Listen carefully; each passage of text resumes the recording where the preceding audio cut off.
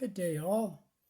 I'm going to read a short story about a man who finds himself traveling in an area that he is not familiar with. The story is called Cobbles. There was a narrow cobblestone lane curving away, me at the center, looking in both directions and trying to pick one to travel in. A black cat came toward me. It kept to the footpath and off of the roadway, while it followed the curve of a stone wall. There was no place to hide, nowhere to shelter, but the cat knew this. It had no intention of hiding. It was walking with a purposeful stride. The cat had obviously done this before. The cat was on his home turf. I was the visitor. Curious, I watched him go past. He only slowed once when he was even with me. He turned his head in my direction, finally noticing that he was being observed. Having nothing pressing in my agenda, I turned to follow his footsteps. I mounted the curb, paced along behind him on that sidewalk, only occasionally noticing the textures in the wall. This was a very old part of the village, where there were chinks in the armor of the stone surface and cracks where the stones were stacked, pockmarks from bullets of long ago fought conflict, and one sign attached to the wall with only 3 anchors. The sign advertised, "The Black Cat's Public House." Ah, an omen. I stepped back onto the cobbles to get a bit more distance to the sign. At the bottom of the weathered rectangle was a faded red arrow that had a bend in it. The bend was from horizontal to vertical, which told me that I needed to turn a corner if I wanted to get to the pub. I should not have worried. The black cat stopped at the upcoming corner, sat down and looked over its shoulder at me, as if to ask, "Are you coming or not?" I decided to follow cat logic and stepped off in his direction. We rounded the corner, and there was the pub.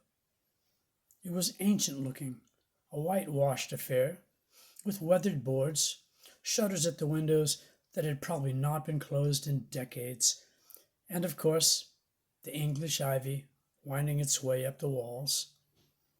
There was one old bicycle leaning against the wall at the door, and over it a hanging sign with a spitting image of the cat that I had followed. I took a quick look at my watch and then looked up at the pub again. I saw a tail disappearing through the open door. I thought to myself, well, it's a bit early for a pint, but maybe a cup of tea would go down good. No sooner had I finished that thought when I spied 2 glowing eyes sneaking a look around the door frame. Was I being invited in or chastised for making him wait? I mustered my courage, rechecked my timepiece, and went inside. There was only very dim light coming through the thick glass panes and one low wattage bulb burning over the bar. I stood still for a few moments while my eyes adjusted. I saw rows of handled mugs, a glossy surface bar extending across the room.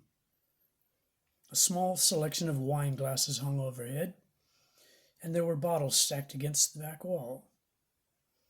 Several tables sat out in the open room proper, and I saw 2 stations with multiple handles for drawing a pint of whatever your selection may be.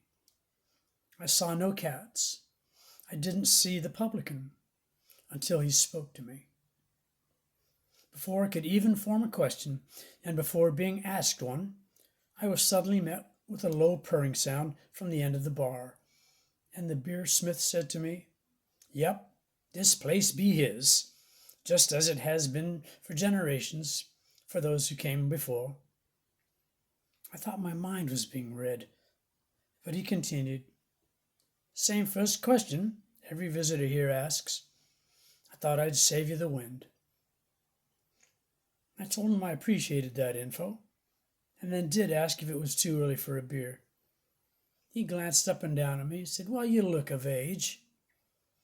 Now, he offered me a cup of tea instead. "Cheeky bugger," I said to myself. The entire time this conversation was going on, I was flipping the page.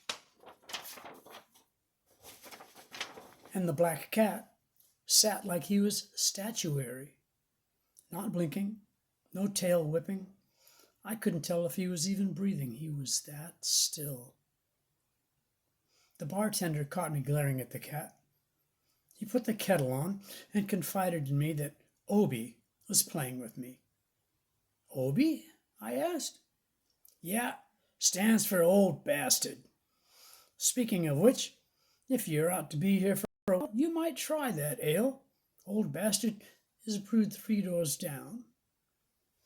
It's a bit of a favorite hereabouts." Well, my smart aleck character came out then. "Is that his favorite too?" I pointed to the black cat sitting stock still. I got a hearty laugh at that comment.